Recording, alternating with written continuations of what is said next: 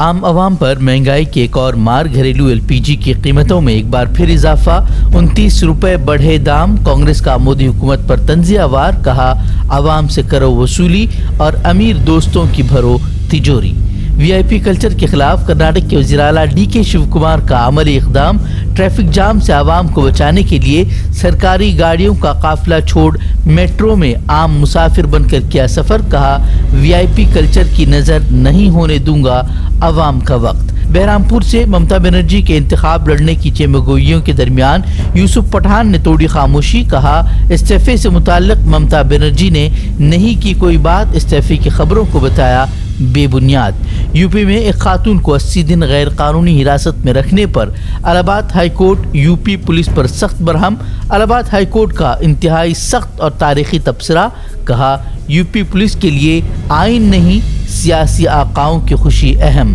لالو خاندان کی سیکیورٹی میں کٹوتی پر بہار کی سیاست سرگرم، RJD کارکنان کا سڑک پر اتر کر احتجاج، منوج جھا کا حکومت پر حملہ، کہا سیکیورٹی کو سیاسی دباؤ اور انتقام کا ہتھیار بنانا شرمناک۔ مودی حکومت کے گریٹ نکوبار پروجیکٹ کے خلاف کانگریس نے کھولا مورچہ، راہل گاندھی نے پروجیکٹ کو بتایا سنگین گھوٹالہ، 1.5 کروڑ درختوں کی کٹائی اور آدیواسیوں کی زمین چھین کر دوستوں کی تجوری بھرنے کا راہل گاندھی نے لگایا الزام۔ Now what is the plan? The plan is you cut these thousands and thousands of trees and you illegally ship them out and you make billions and billions of dollars and you use that money to build your hotel, your casinos and your little real estate play.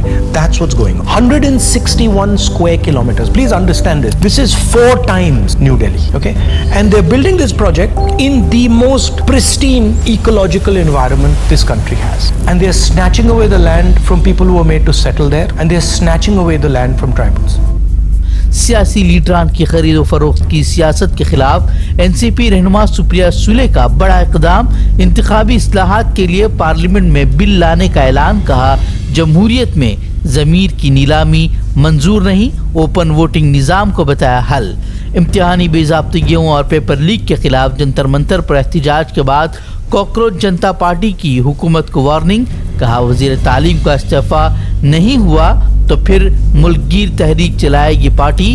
گزشتہ روز ہوئے احتجاج میں بڑی تعداد میں نوجوانوں نے کی تھی شرکت، کئی بڑی شخصیات بھی ہوئی تھی شامل۔